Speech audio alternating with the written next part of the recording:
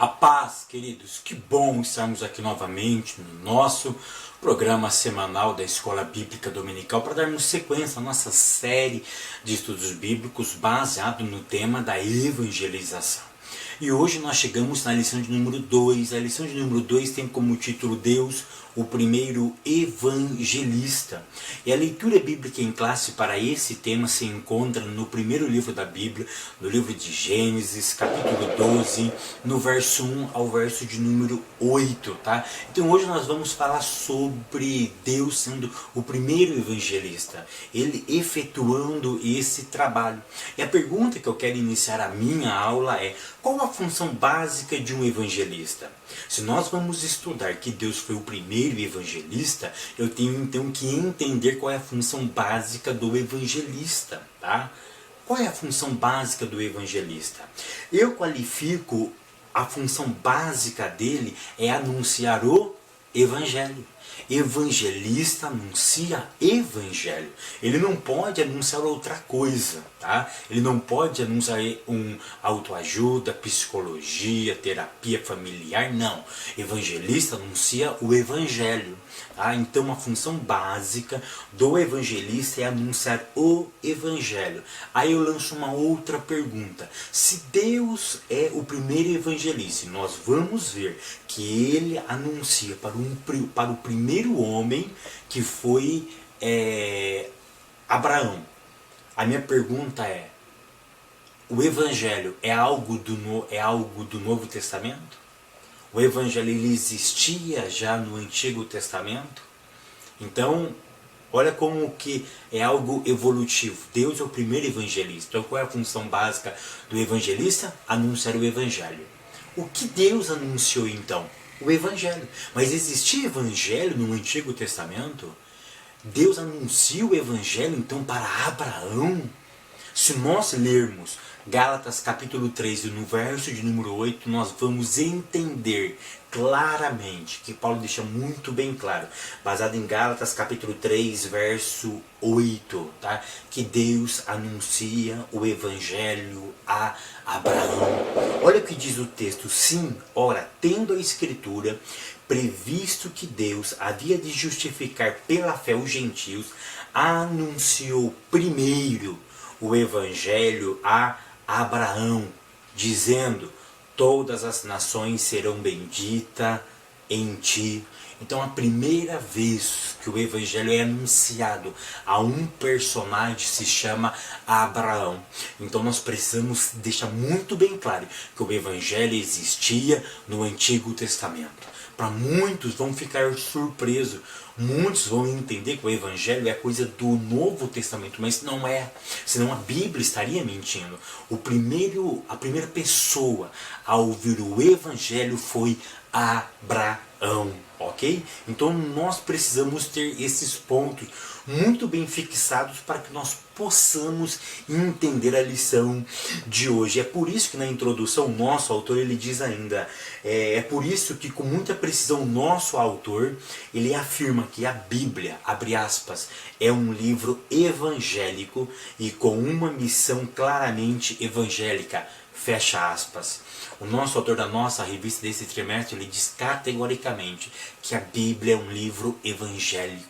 E a sua mensagem também é uma mensagem evangélica. Tá? Por quê? Porque anuncia o evangelho, apontava para Cristo. Tá? O evangelho, na verdade, é uma boa notícia. Tá? É uma boa notícia vinda do próprio Deus. E no tópico de número 1, nós temos assim, a chamada de Abraão. Nós precisamos entender o quê?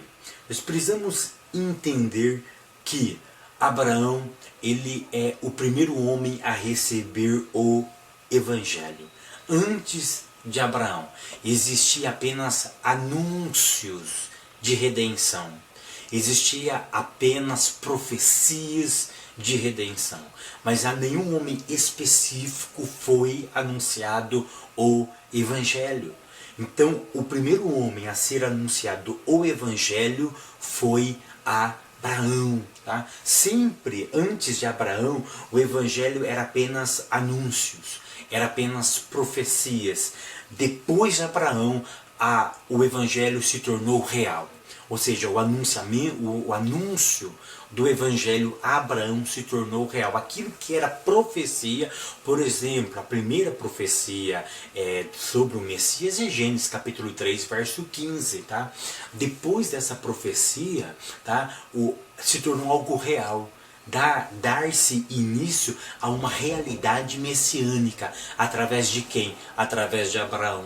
Porque Abraão seria o precursor, seria aquele que daria início à vinda do Messias. Tinha toda uma dramaturgia por trás, mas com Abraão ele inicia-se aquilo que era profético até então. É por isso que Abraão ele inicia Mateus capítulo 1, o primeiro nome próprio de uma pessoa que aparece no Evangelho segundo escreveu Mateus, quem que é?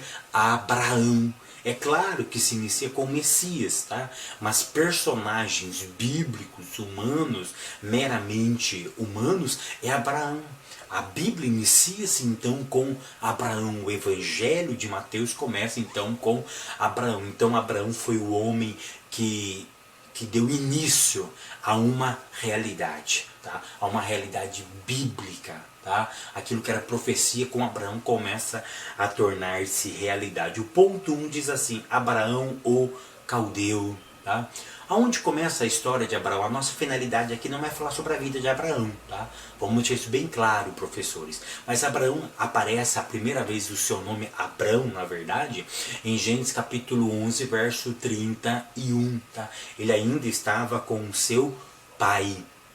Ele se morava na onde?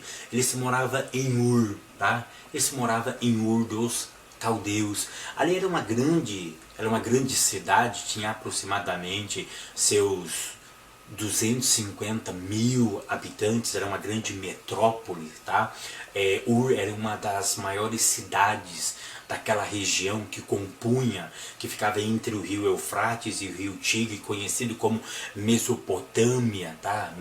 Ficava entre dois rios, tá? Então ele tinha várias cidades, tinha Ur, tinha várias outras cidades. A população dessas cidades girava em torno de 10 a 50 mil habitantes, mas a cidade de Ur era uma das maiores cidades que tinham aproximadamente 200 a 250 mil habitantes, e foi lá que nasceu Abraão. Tá? Foi lá que nasceu. Então, queridos, o que nós sabemos que Abraão morava nessa cidade, na cidade de Ur, morava com o seu pai, com toda a sua família, o seu pai chamado Tera.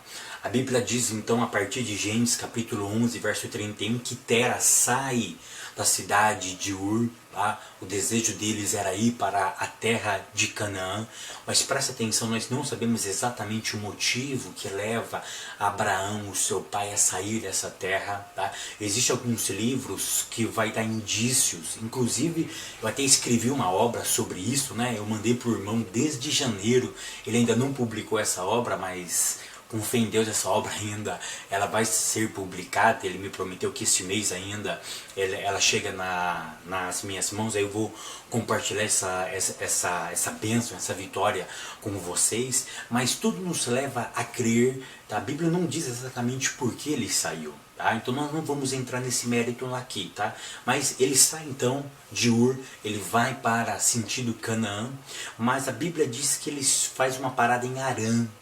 E ali em Harã, o seu pai Tera vem a falecer. Tá? Aí entra o item de número 2, o ponto 2, Abraão, o evangelizado. Após a morte de seu pai, começa o episódio da nossa leitura bíblica em classe, ou seja, o seu pai morre, mas aí entra o capítulo 12 de Gênesis, onde Deus chega então para Abraão e diz para Abraão aquela conhecida frase: sai da tua terra e do meio da tua parentela. Ou seja, Abraão, sai do meio de vocês, sai do meio dessa gente que vocês estão vivendo. O que nós precisamos entender é o seguinte, que lá em Ur dos Caldeus, eles eram monoteístas ou politeístas? Eles eram politeístas. Eles adoravam vários deuses. Então Abraão cresceu com uma gama de deuses. Tá? Ele tinha conhecimento de vários deuses. Agora, Abraão começa a ter revelações de um único Deus. Abraão começa a ser visitado pelo Deus de Israel, pelo Deus soberano, por aquele que fez os céus e a terra. Então Abraão começa a ser evangelizado. Após a morte do seu pai, tá? O nosso autor vai dizer que começa Gênesis capítulo 12, começa então a leitura nossa bíblica, a nossa leitura bíblica em classe. Tá? Aí Deus então vai evangelizar quem? Abraão. A primeira vez que o evangelho então chega é através de Deus a Abraão. Então, queridos, então nós sabemos que a história de Abraão começa em Gênesis capítulo 11, verso 31. Tá? Nós não sabemos qual foi o motivo real que faz Tera sair de Ur dos Caldeus, na grande Mesopotâmia, num grande centro, e ir para uma terra desconhecida. Nós não sabemos exatamente, né? E esse é o tempo, porque o objetivo da nossa aula não é falar sobre a vida de Abraão em si, tá? É falar o papel de Deus sendo evangelista, ele evangelizando um homem chamado Abraão. Como que o evangelista abordou esse homem? É muito interessante nós observarmos isso, tá? Mas enfim, a Bíblia ela não comenta, ela não dá detalhes de como, por que Tera sai de Ur dos Caldeus e vai para uma outra terra. Inclusive esse é o tema da minha obra que eu escrevi. Eu mandei para a editora em dezembro, mas até agora eles não me entregaram, né? Estou confiante em Deus ainda que esse mês saia essa obra, né? E a minha obra vai tratar justamente sobre a vida de Abraão, e lá eu dou muitos detalhes, porque Abraão, Tera sai de Ur dos Caldeus, tá? Quando essa obra ficar pronta eu apresento para vocês, mas esse não é o objetivo da nossa aula. Então, Tera sai de Ur dos Caldeus, vai para uma outra terra, mas eles chegam em Padã, eles chegam em Harã. E chegando ali em Harã, a Bíblia diz que Tera morre. Depois que Tera morre, aí Deus visita Abraão e começa então Gênesis capítulo 12 no verso 1, que é a nossa leitura bíblica em classe, né? Que Deus diz para Abraão: Abraão, sai da sua terra, sai da sua parentela, sai do meio deste povo e vai para uma terra que eu te mostrarei, porque eu vou fazer de você uma grande nação, eu vou te abençoar, Abraão. Ou seja, então Deus agora, ele vai evangelizar Abraão. É onde tem o ponto 2 agora. Abraão, o evangelizado. Tá? Agora Abraão passa a ser evangelizado pelo próprio Deus.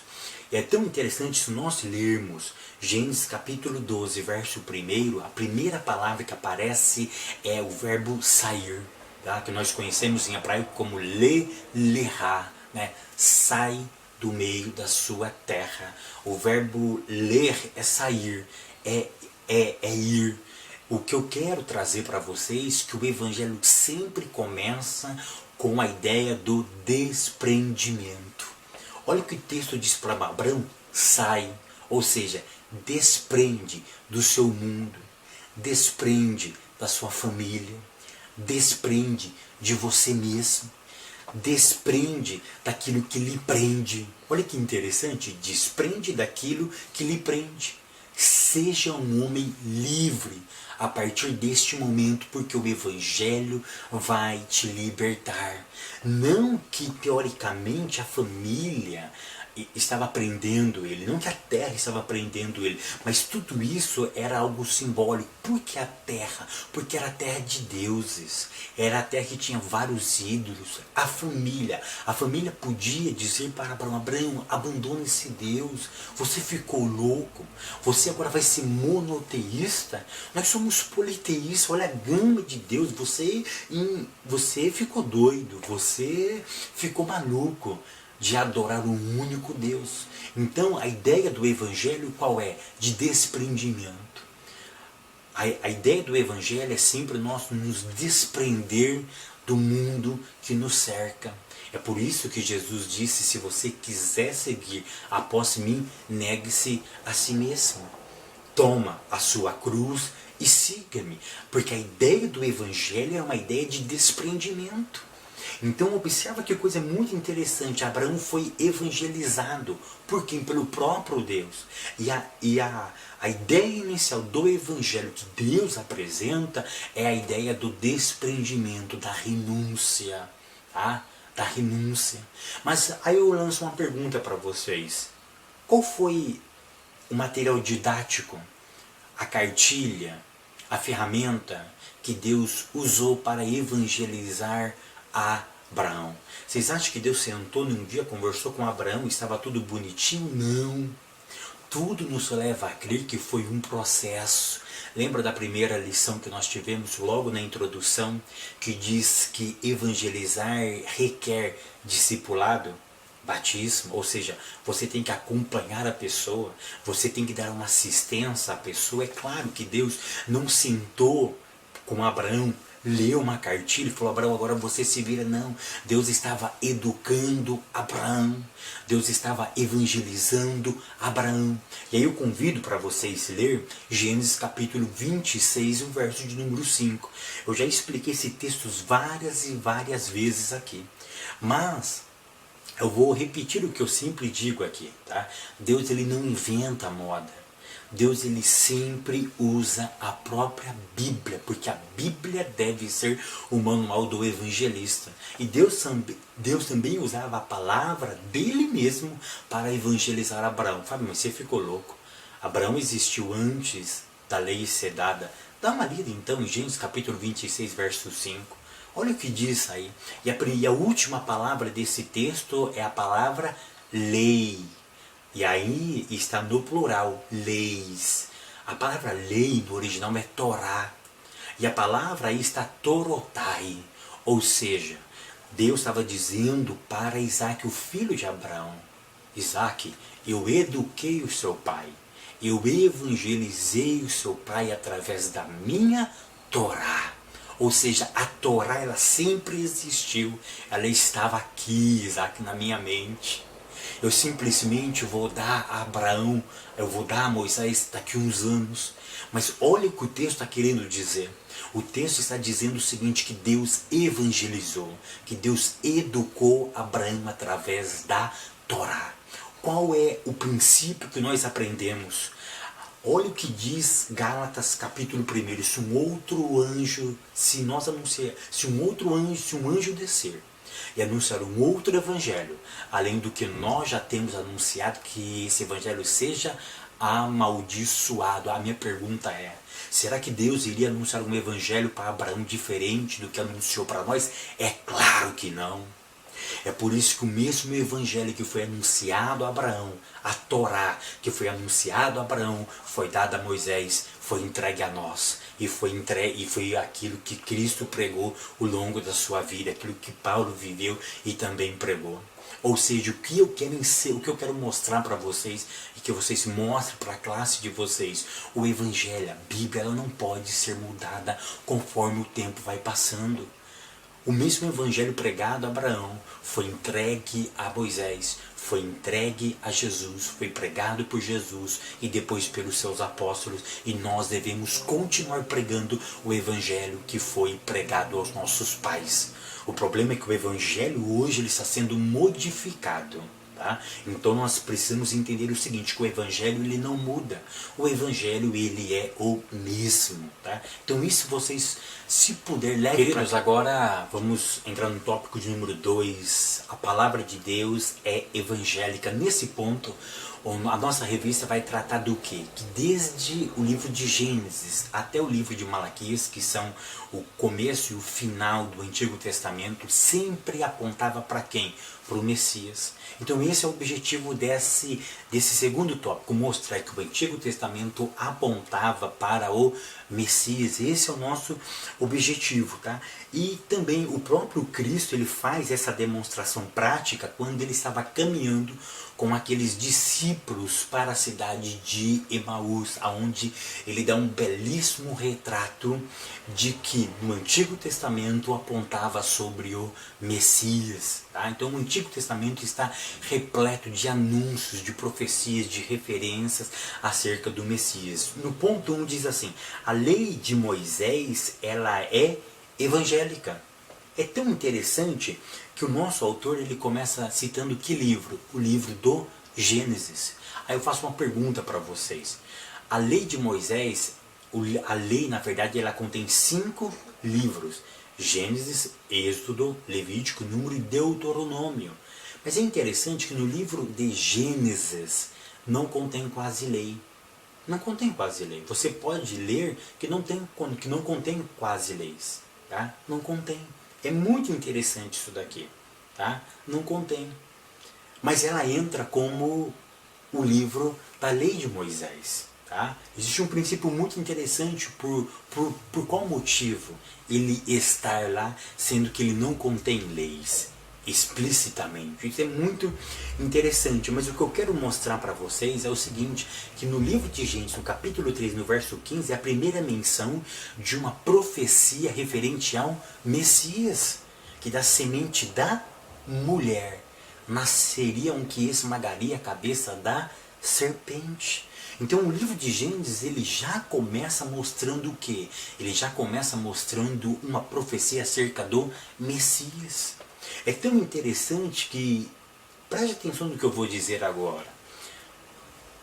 A morte de Abel e a morte de Caim.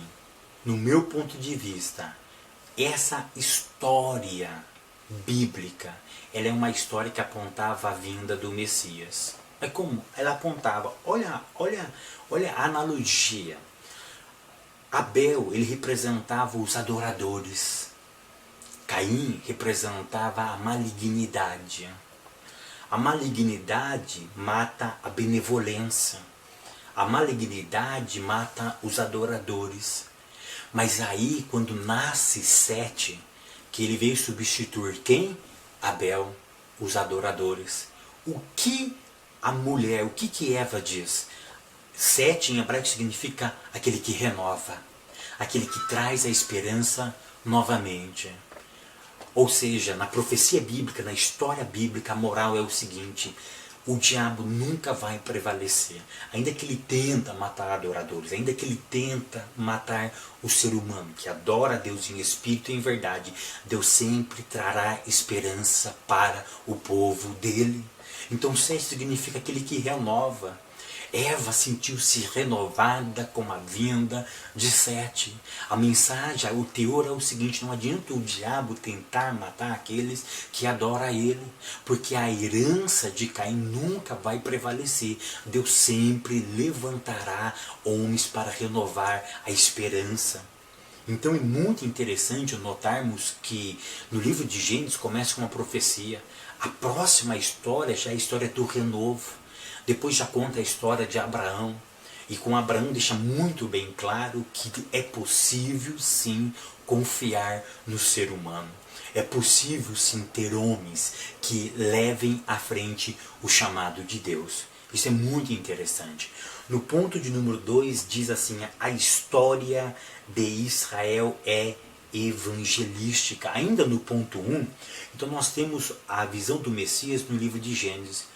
No livro do Êxodo, o nosso autor também vai falar sobre a festa da Páscoa, a festa de Pêssar, é uma festa belíssima que apontava para quem? Para o Messias.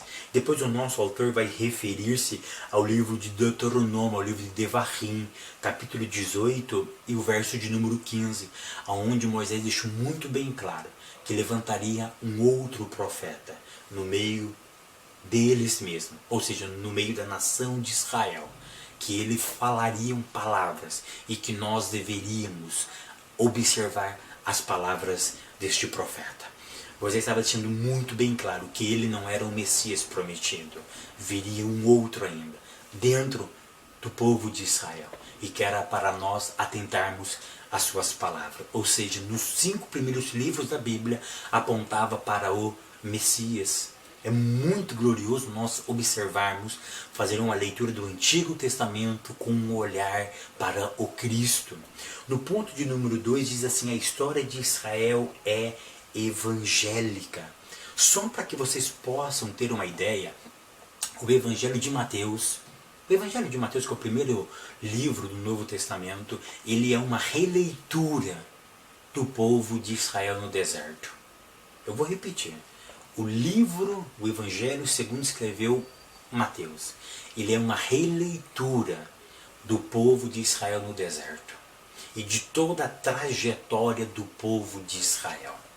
Tá? Mateus ele faz uma releitura da peregrinação de Israel, basicamente nos 40 anos, e em toda a história, tanto da monarquia quanto não da monarquia. Ou seja, Mateus fez uma releitura de toda a história de Israel, partindo de que ponto? Partindo do ponto do livro do Êxodo. E ele conta toda a trajetória, ele faz um paralelo. Ele faz um paralelo do Antigo Testamento, da história de Israel, desde o nascimento de Moisés até a peregrinação, até a vinda do Messias, quando se cumpre cabalmente a plenitude dos tempos. Então estudarmos a história de Israel é fazer uma releitura da vida do Messias, é entender a vida do Messias. Tá? É entender a vida do Messias. É muito interessante nós fazermos essa observação também. Agora nós entramos no ponto 3. No ponto 3 fala: a poesia de Israel também é evangélica. Né? Aí vai ter todos os livros poéticos, iniciando com o livro de Jó. Jó, no capítulo 19, verso 25, ele dá uma grande expressão em forma de poesia, apontando para o Messias, quando ele diz no verso 25: porque eu sei que o meu Redentor vive, que por fim se levantará sobre a terra. Ou seja, ele está fazendo uma menção a quem? Ao prometido de Israel, ao prometido do seu povo. Na poesia hebraica, nós temos o grande mestre que foi Davi. Tá? Davi e o seu filho Salomão foram um dos grandes expoentes dentro da literatura da sabedoria do povo de Israel. E Davi, ele era um mestre em fazer cânticos. E nos Salmos está repleto de salmos que apontava também para quem? Para o Messias. Então leve aí para sua classe vários salmos. Salmo 2, Salmo 22, apontando para quem? Para o Messias. São salmos que apontavam para o Messias. Tá?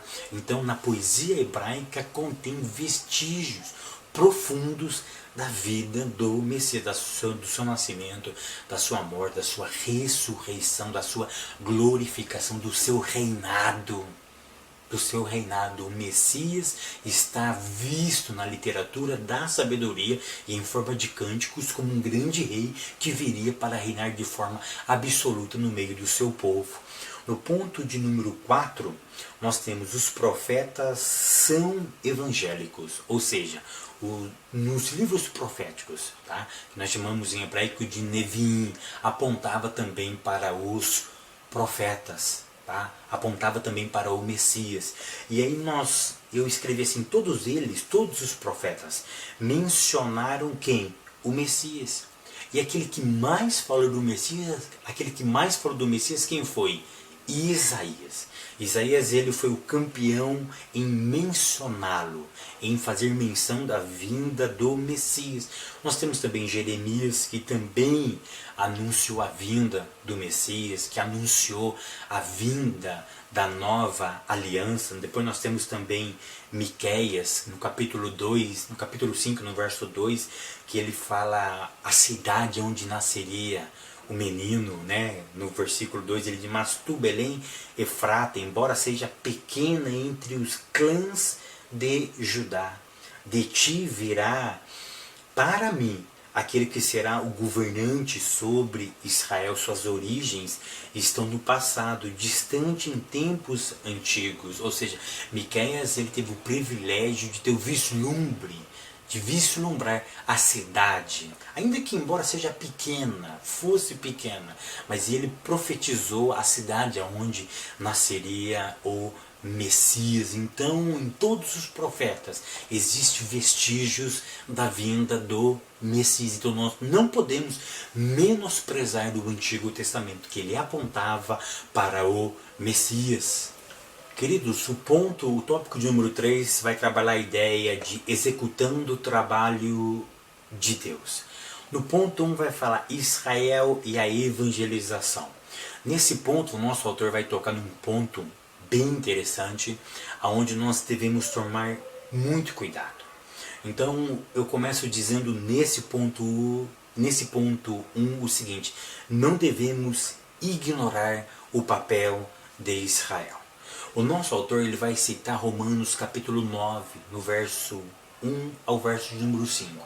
Nós acabamos de estudar Romanos. Se você não ouviu a minha aula do capítulo 9, leia, ouve o capítulo 9. Procurem no YouTube o capítulo 9 aos Romanos que eu ministrei. Porque do capítulo 9, do verso 4 ao verso de número 5, Paulo vai dar 8 razões porque nós não devemos ignorar os israelitas. Paulo vai deixar muito bem claro. Paulo diz no capítulo 9, no versículo 4 e 5 da seguinte forma: que são israelitas? Aí agora ele vai qualificá-los com 9 razões, com 8 razões. Ele diz: a adoção pertence a eles. A glória, eu expliquei isso daqui, a glória. É algo lindo, queridos. A glória, as alianças, a Torá, o culto, que é o serviço levítico, as promessas, dos quais são os pais. Aqui ele estava se referindo a Abraão, a Isaac, a Jacó. E dos quais é Cristo. Ou seja, dos israelitas vieram essas 8 benevolências para nós. Então nós não podemos ignorá-los. Tem verdade é que eles falharam como nação, tá? Mas não como povo em si, tá? Como individualidade não. Não. Se isso não fosse verdade, Paulo ele é de que tribo? Da tribo de Benjamim. Então o povo de Israel ele falha como algo coletivo. Mas na individualidade sempre tiveram homens e mulheres amantes do Evangelho, que amavam a Torá. E depois veio o Messias, que se entregaram para o Messias, seguiam o Messias, seguiam Jesus de Nazaré. Então vamos tomar muito cuidado neste ponto, tá? Vamos tomar muito cuidado, tá? Israel tem 8 benefícios que nós ganhamos de Israel. São 8 benefícios. E no ponto de número 2, o autor diz assim: a missão intransferível da igreja. Muito cuidado para nós não expormos uma doutrina diabólica, que é a doutrina da substituição. Uma doutrina anticristã, antibíblica, antissemita. Por quê? Porque se nós não tomarmos cuidado, nesse ponto nós vamos entender o seguinte, que Israel falha, nós substituímos Israel e, baseado no texto em Romanos capítulo 9, segundo o nosso autor, nós, como igreja, se falharmos nessa missão, não existe um outro povo que irá nos substituir. Qual é a ideia que ele está transmitindo? A ideia é o seguinte: Israel falha, então essa missão foi dada para a igreja. Se a igreja falhar, não pode ser dado a outro povo. Primeiro ponto, que nós tenhamos muito cuidado. A igreja não é povo. A igreja é uma união mística de vários povos. Isso nós precisamos entender. A igreja não é um povo, não existe uma nacionalidade chamada igreja. De onde que você é? Eu sou da igreja. Não existe um povo chamado igreja. Tá? É uma união mística. É uma união de várias etnias, de vários povos. É aquele que João viu lá no céu. Pessoas de toda tribo, raça, língua, povo, ou seja, de todos os lugares. A igreja é uma união de várias pessoas. Não existe judeu nem gentil. É todos que abraçarem o Messias fazem parte da igreja. Tá? Então o que nós devemos entender aqui? Israel sim, ele falha como nação, mas não como indivíduo. Tá? Não como indivíduo.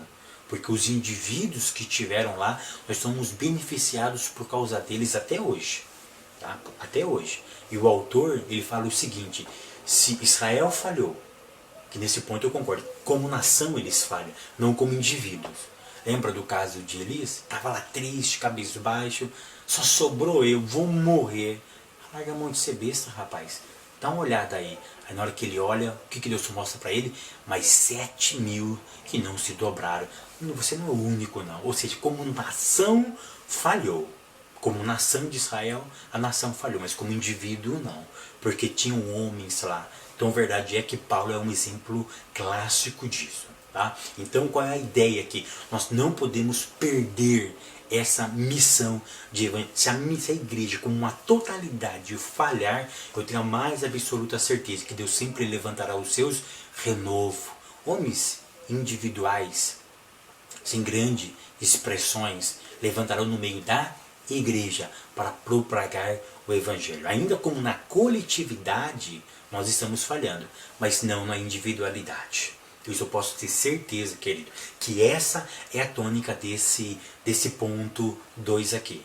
Nós podemos estar falhando na coletividade, mas não na individualidade. Tá? E eu concluo essa aula dizendo o seguinte: imitemos o nosso Deus. Se Ele foi um evangelista, se Ele é um evangelista, que nós possamos ser também evangelistas. Amém? Que Deus continue abençoando a todos. Até semana que vem, querendo Deus.